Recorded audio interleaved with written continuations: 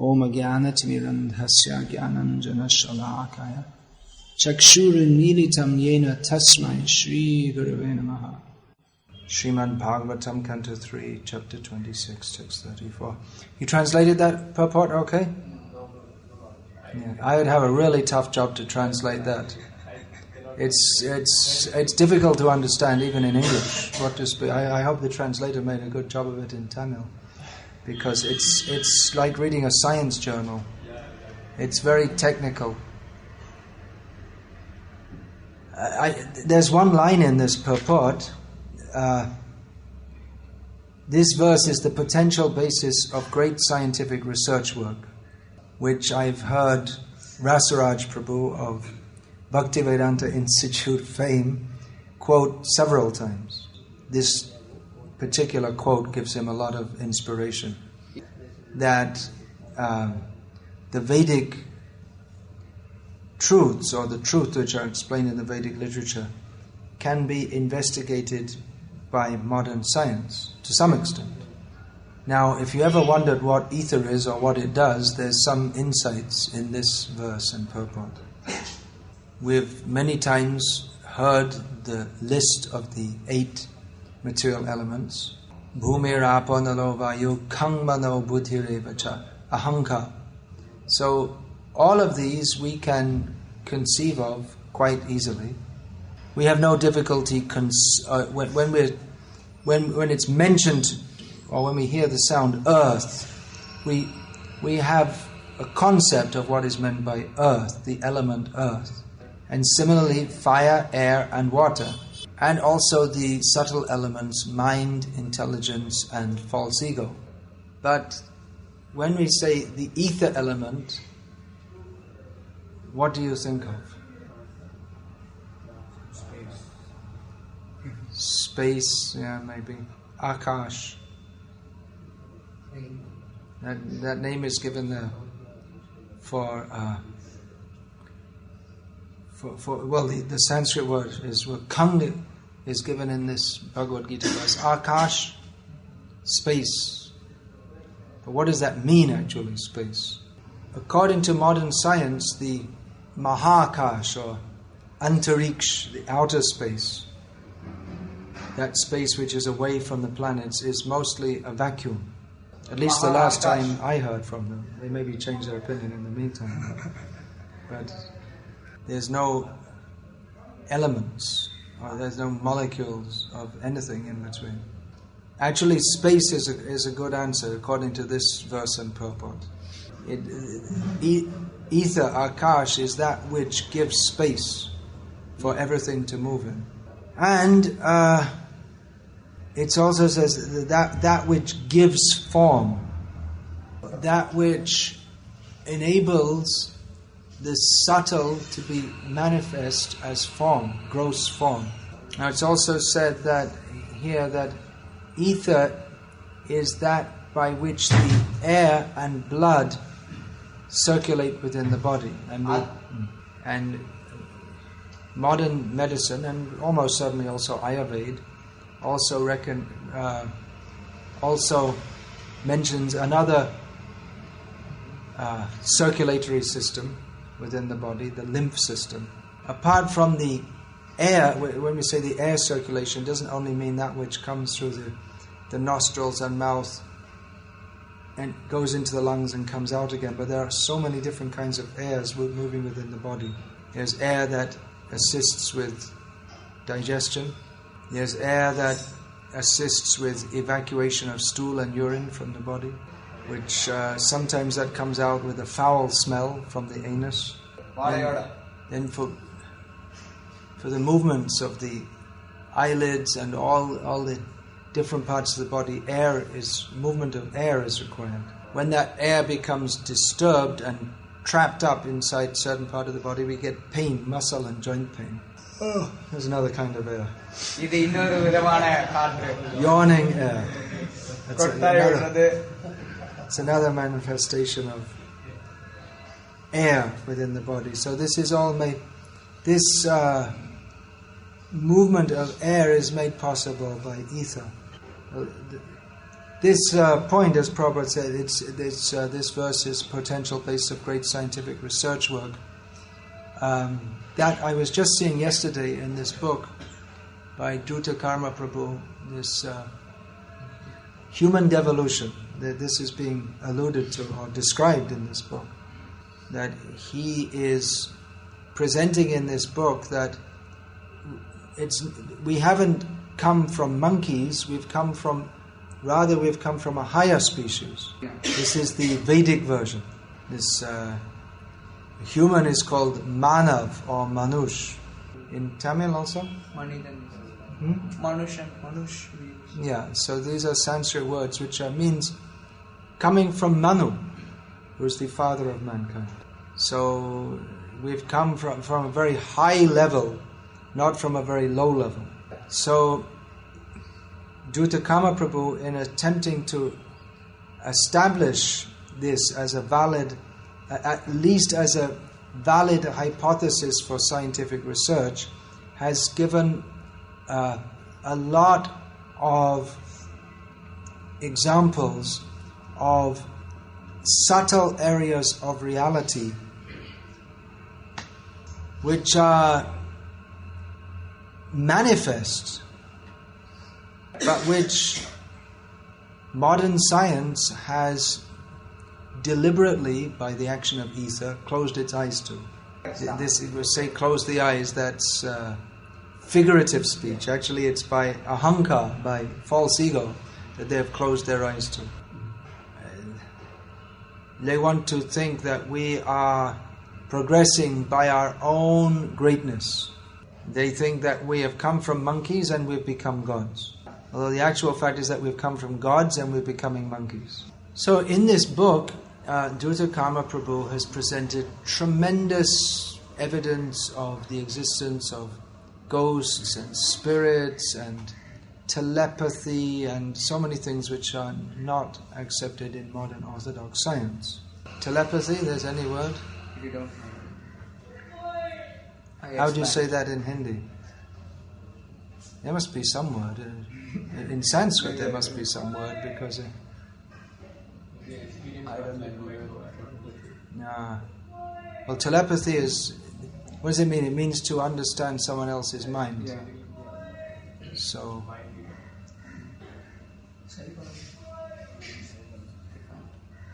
Any word? Canada? No, any word? There should be some word. I can't think of any word in Sanskrit. No. Dusra kaman samajna. It's like that. Bina puchke. Something like that. But there should be some word actually. Because it's a common characteristic of people with mystic powers. So in India that's normal. It's fairly normal to have mystic powers. And all over the world actually. All over the world there are different kinds of shamans. I think shaman is from Russia, and then they have this in Haiti, all this, this voodoo and witch doctors they call them. Respected members of African society. It's a common thing for people to have what are called mystic powers. It's not so common because people still think of it as something surprising.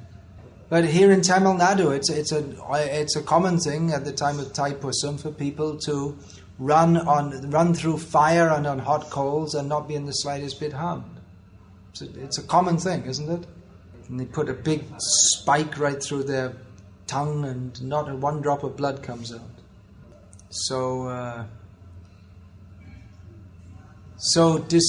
But somehow by modern scientific propaganda, they've managed to convince a lot of people that these things don't actually exist. Now in Krishna consciousness, we're not very much interested in ghosts or spirits or Thaipusam or any such thing. But in this book, and Sadaputra also in his books has made much reference to this kind of information to demonstrate that beyond the gross reality which is measurable there's also subtle reality, which is not so easy to measure. Siddhartha, for those who don't know, is a devotee who's a qualified scientist by modern scientific standards, academic standards, who is writing books showing the relevance of Krishna consciousness within the scientific paradigm. So we may think, well, this is not very interesting. Why don't we just have some stories from Krishna Lila? Well, actually, it's a fact. Krishna Lila is a lot more interesting in discussing about Bhumirapo Nalo Vayo Kangmano Buddhya Evacha Ahankara. But because we identify with this material world, it's necessary to understand that we are not part of this material world, and that what is our actual position in Krishna Lila. Because if we simply discuss Krishna Lila without discussing the philosophical basis of it, then we will think that Krishna Lila is also a product of Bhumirapo Nalobhaya Kangmano Buddhirevacha Ahankara, without understanding that this is Krishna's Bhinna Prakriti, this is separated energy. We cannot understand the activities of the Antaranga Shakti without understanding, first of all, what is the difference between the Antaranga Shakti and the Bahiranga Shakti. Because they are similar in many ways. Yatha bhasa yato tamaha. So the Bahiranga Shakti is a reflection in the darkness of the Antaranga Shakti. Now in the Antaranga Shakti, in the Antaranga Shakti, there we hear descriptions of many things which seem impossible, and hard-hearted materialists will not believe it. When we hear the name Urukram, it means big steps. So we might think, well, someone has got a very long legs and they can stretch maybe they can make one step 2 meters at a time. That's a pretty long step, 1.5 meters. But when we hear that with one step, Urukram, which is a name for Vamandev, he covered half the universe, and with the other step he covered the other half, then we'll think, this is not possible. But and people think, well, this is just some kind of stories that was told to foolish people in the past. In the past, people believed in spirits and ghosts and God, but now we have scientific explanations for everything. Although I believe that even today, even in our modern scientific age, all over the world, when they want to find water, they call the water diviner. Water, in English it's called water diviner. They have in India, they do some Kali Puja and they find the right place to dig the well. Isn't it? When they're going to make some new housing colony, they bring the water diviner and he finds out the best place to get the water. I think in Croatia they still use this system. Yeah, although nowadays they do by geological investigation, which is a lot more gross and expensive.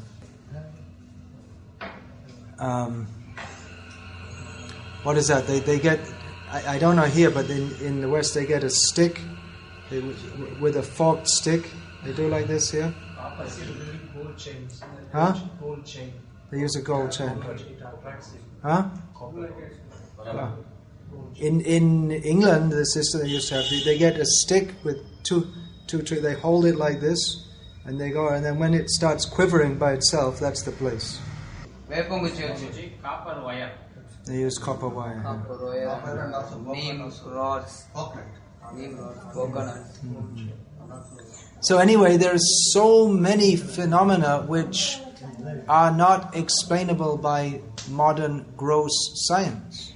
So people who are aware of this, they can more easily accept when it's told that Krishna takes the form of Vamandev and covers the universe in 2 steps.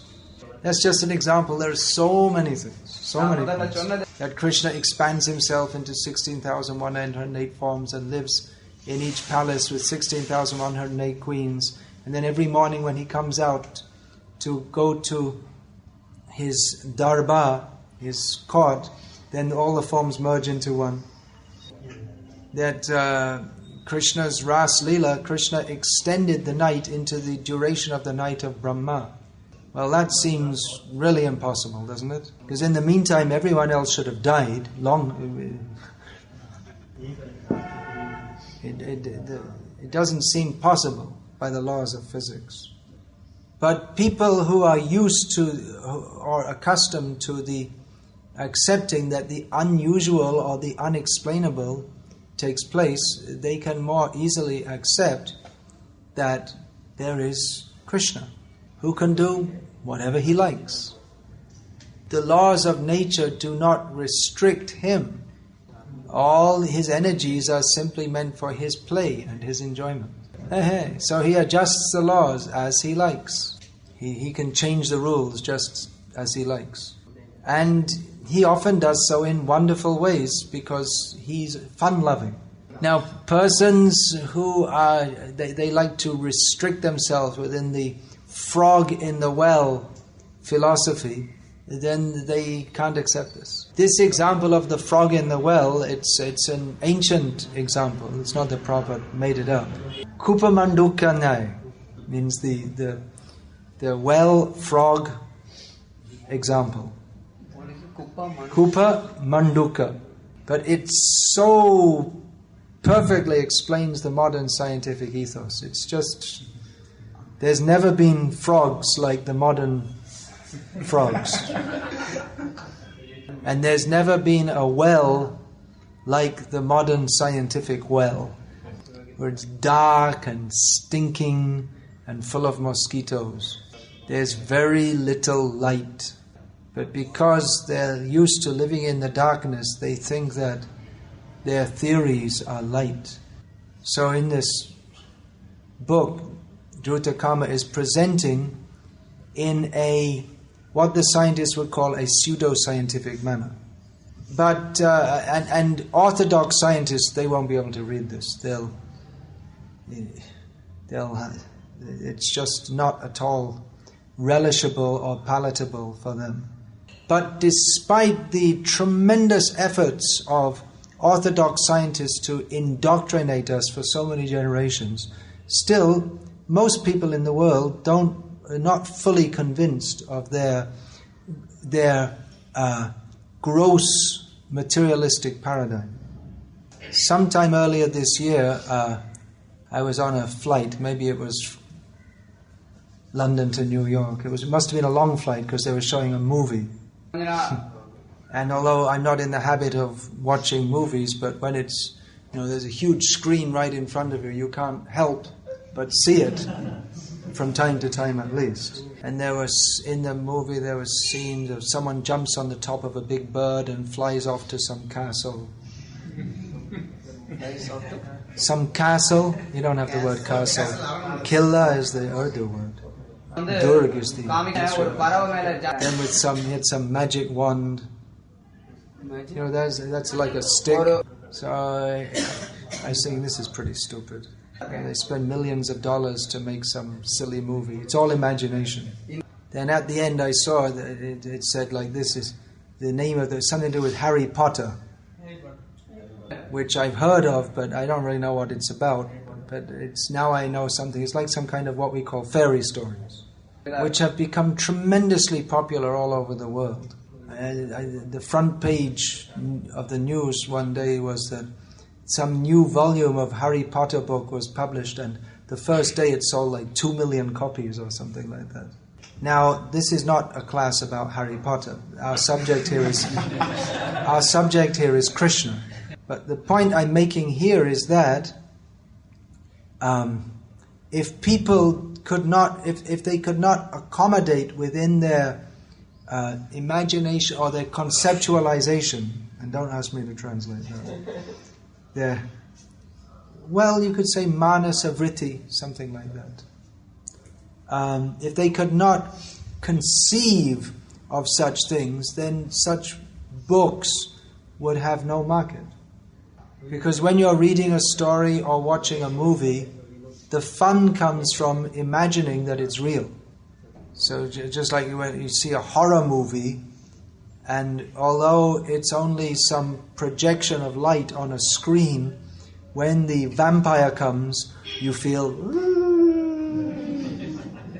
all afraid. So if people could not conceptualize of such things as being possible, then Harry Potter wouldn't be a success. But that literally millions of people in the Western world are Harry Potter fans suggests that the attempt of modern science to indoctrinate us that beyond the gross is not possible, their attempt has failed. In one class I gave in San Diego in America, I mentioned how one of my friends at school had first given me Prabhupada's books. So then after the class, one of the devotees asked me, well, what happened to your friend? He was Krishna conscious, what happened to him? I said, I don't know. So the devotee suggested, well, why don't you try to contact him? I said, okay, it's a good idea. So to try and find out where he was, I looked on the website of the town we went to school in. They usually have this find your old school friends kind of thing. And one section of the website was devoted to ghost stories from that town. I know just close to where I lived in that town, there's a field and there's a little stone and there's the body of one highway robber who was hung under the tree there, and the people say it's full of ghosts. Well, that ghost is there. Can't remember his name.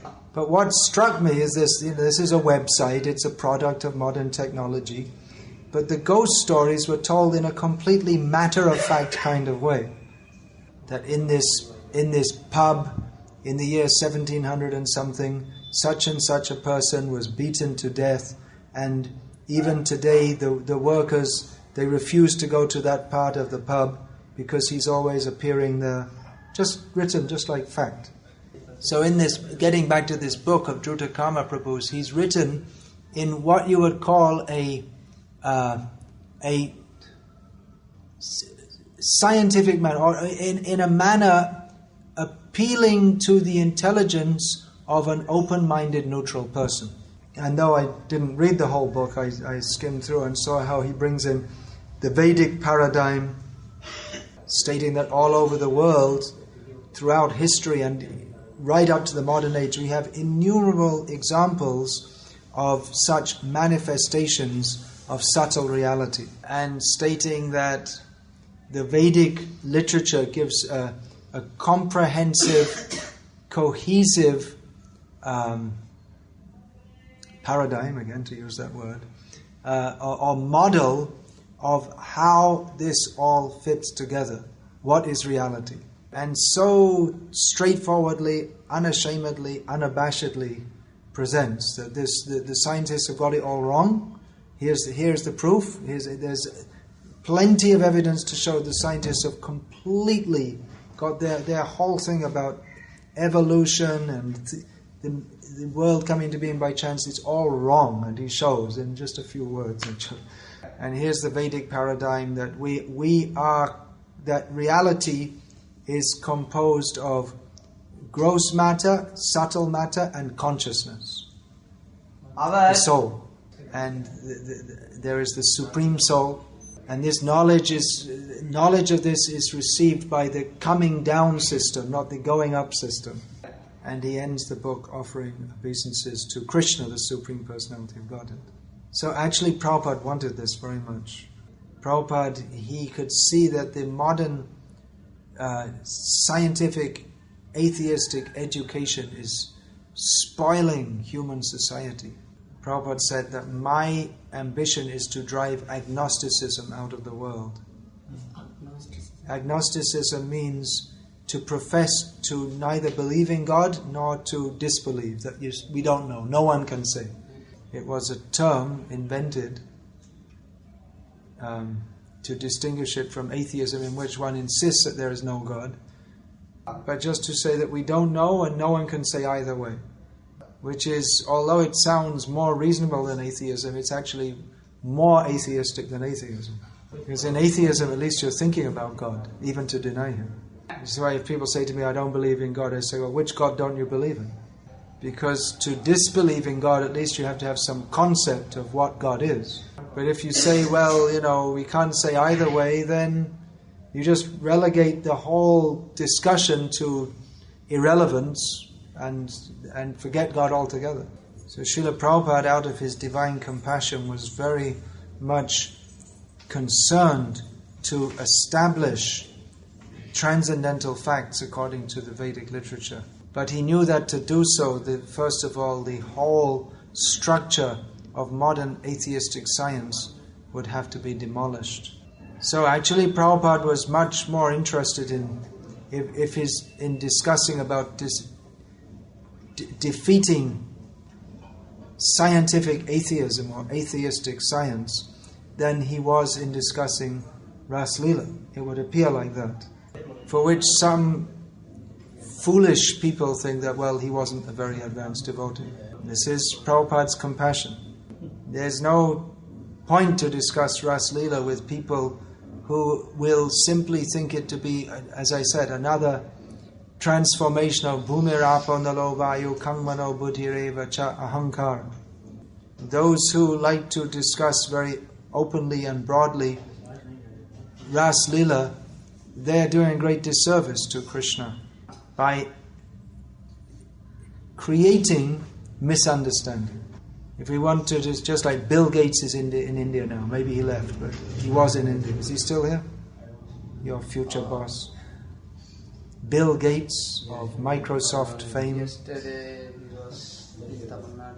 Yesterday or day before yesterday. Yes, day before. I saw he was he's shaking hands with Jai Lalita. Anyway, never mind whether he's in India. So, if we want to study the person, someone wants to tell you about Bill Gates, the first thing you start to discuss about him is, his what he does in the bedroom with his wife. That you're going to discuss, or you're going to discuss how he's developed a huge corporation which is almost ubiquitous in modern life. Almost, what's the word? All-pervading in modern life. It's a fancy word, ubiquitous. The point to be understood about Bill Gates is his computer applications and his business acumen. And what he does with his intimate friends has got nothing to do with us unless we happen to become one of his intimate friends. Of course, we should become intimate friends of Krishna. That is our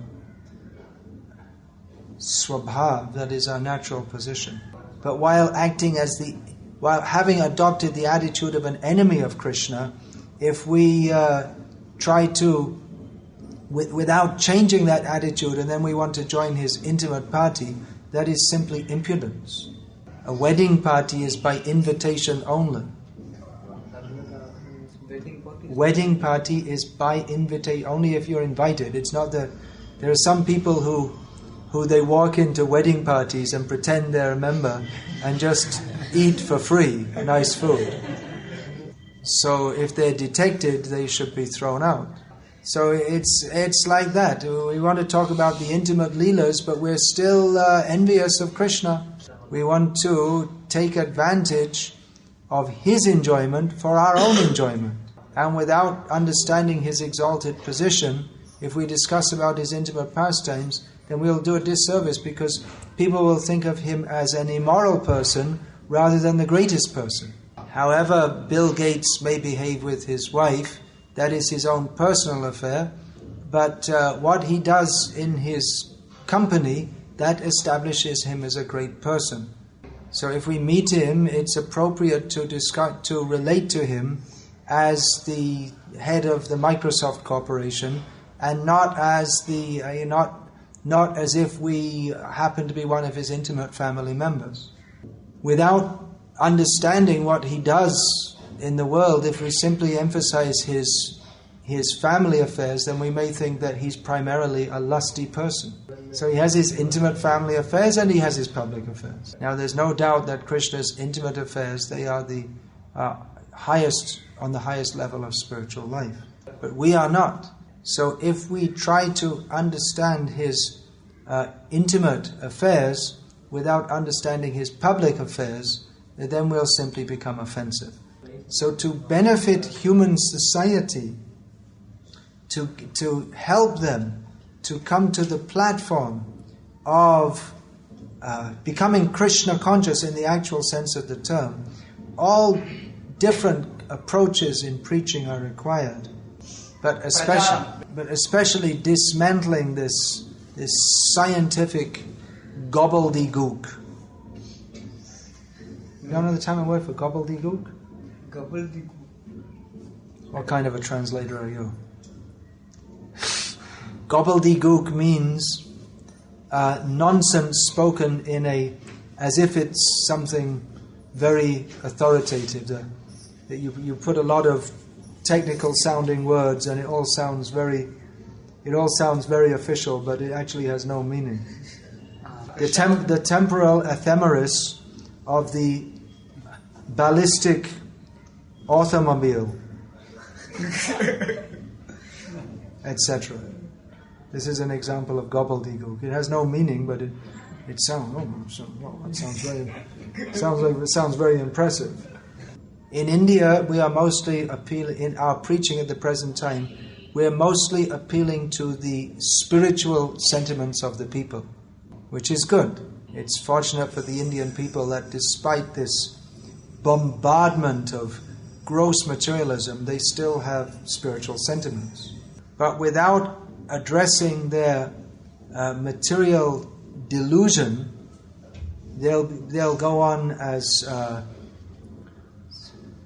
schizophrenic spiritualists. I'm giving you a really easy time today. Split mind, dual personality.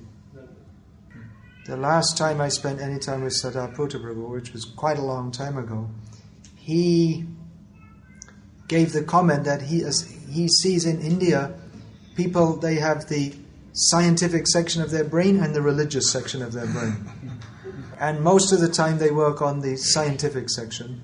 And then sometimes they go to the temple, or once a day they do a little arati, and then they turn off the scientific section and turn on the religious section.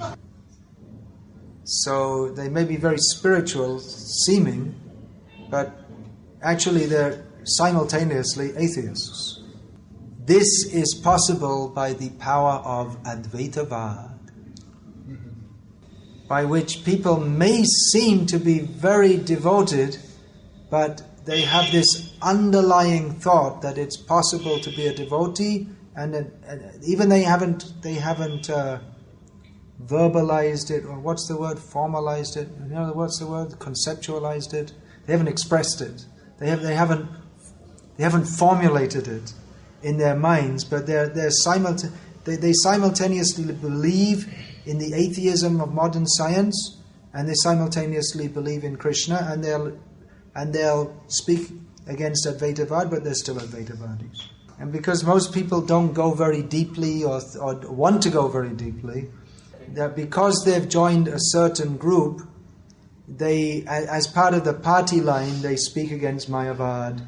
Not very much, because they don't like to speak against things, because they think it's impolite. And if you make a joke about Mayavad, they'll laugh. Or if you make a joke about modern scientific foolishness, they might laugh, or they might not be very happy also. But they're not really convinced that all this scientific mumbo-jumbo is simply cheating. Which means they're not really convinced that Krishna is the Supreme Personality of Godhead. So it's required to discuss these fundamental principles of material nature as given in Bhagavatam, so that we can clearly understand what is reality and what is illusion. Otherwise we may be guilty of, as Freud said, adopting religion as a psychological crutch. I'm giving you a really hard time, right? Crutch, you know that you use that as a... People who have got a broken leg, they use a stick. Okay. They stick it under their armpit. It's called a crutch. What's it called in Hindi? I think Baisakhi they call it. I have no idea. In Bengali either, even though there are plenty of people with crutches. So that was Freud's idea, that people use it. Yeah, he said religion is a psychological crutch. So it may be true for people who don't go very deeply. It's just something that helps them go on with their life of living happily in this world, and they're hoping for something better afterwards also. But they don't really go very deeply into it. So this kind of discussion to understand the Bhagavat Tattva, the nature of God, this is required. Anvayad vyatireka bhyam, directly and indirectly, or from all angles of vision, as Prabhupada used to say. Try to understand this subject matter.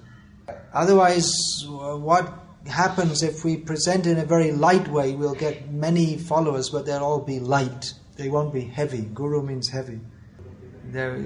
By presenting Krishna consciousness that without trying to understand this philosophy of Krishna consciousness, anvayad vyatireka bhyam, from all different angles of vision, then we will simply create a large class of kanishta adhikaris. And although it's far better to be a kanishta adhikari than a non-devotee, that if one remains in that kanishta mentality, that just we'll take it very lightly, then one cannot actually advance to the standard of pure devotion. And kanishta adhikaris, they create so much disturbance in Vaishnava society, because they have so many material desires, and they want name, fame, position, money, and they have so many misconceptions. So one thing is, we shouldn't think that kanishta adhikari means just village people, and those who are more educated, they're automatically more philosophical. That's not necessarily true. One may be a highly educated kanishta adhikari, or one may be a not very much educated madhyam adhikari. Philosophical understanding actually is awarded to those who have the attitude of wanting to serve Krishna, to surrender to Krishna. So having a theoretical knowledge of this philosophy, that also does not necessarily mean that one understands it. That will be manifest in one's activities. So if we preach in a manner, in giving substance to what is the actual nature of Krishna consciousness, then we can't expect that so many people will come, but more likely people of substantial sincerity will come. By preaching at the level of Madhyamadika, then we'll get people of Madhyamadikaris, and Madhyamadikar is the platform from which one can gradually make progress to the Uttam Adhikar. Pure devotional service begins from Madhyamadika. You know the difference between this word, Madhyamadika and Madhyamadikari? I was saying Madhyamadika. Adhika means qualification or eligibility, and adhikari means one who has that qualification. And if we preach among the public or among the general devotees at the level of Uttam Adhikar, if we talk about Krishna's intimate pastimes, then we'll simply create a class of Prakrita Sahajiyas who think that they are very advanced, but actually are not at all. They're another class of Kanishta Adhikari or less, or lower. So Prabhupada's presenting systematically this philosophy of Krishna consciousness, that is a clear symptom of his actually being on the topmost platform of Krishna consciousness. And his compassion in presenting Krishna consciousness to people in a manner that they need to receive it. But Kanishta Adhikaris and Prakrita Sahajiyas cannot understand this. Hare Krishna. I'll finish there now. It's quite a long class. Well, the translation makes it longer. Any question about this? You're now Uttam Adhikari translators after that class. Pretty tough. You're not even practiced in translating. Huh? No. I don't know if you understood also what I said. I don't know if anyone understood what I said. Well, it's not that difficult to understand, but you have to apply the intelligence to understand someone. Do you have the saying anya? Do you have the word anya manaska in Hindi? You ever heard that word? No. All right. Okay. It's a good word in Bengali, from Sanskrit. Means anya manaska, means the mind is somewhere else. Annamanoshka means inattentive. How we can advance from Kanishta Adhikari platform to Madhyama Adhikari? You associate with higher level devotees and follow the rules and regulations of devotional life. It's not mechanical. We have to pray to Krishna. Practically speaking, the desire to do so and the determination to do so, that in itself is the beginning of Madhyama Adhikari. The Kanishta Adhikari is not interested in advancing. He either thinks, I'm already advanced, I don't need to advance. Or he says something like, well, that's very high level and you have to take it gradually and slowly, and he makes excuses not to even try to advance. Kanishta Adhikaris are also very much attracted to shortcuts. If they find in scripture that you recite some prayers 1,000 times standing in Radha Kund and you get Radha praying, they think, well, that's great, let me do it. Then I don't have to follow all these things of regularly rising in the morning, doing sadhana and working on getting all the bad things out of my heart. I'll just do this, quick, finished. They'll take the trouble to go all the way to Mathura and do Govardhan Parikrama, but they won't take the trouble to get up in the morning and go to Mangalarti. And they'll think, oh, this is higher, this is better.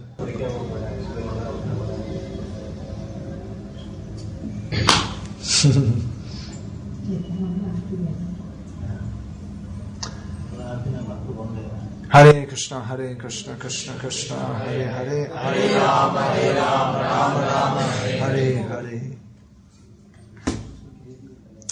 Srimad Bhagavatam ki jai, Srila Prabhupada ki jai. Hare Krishna.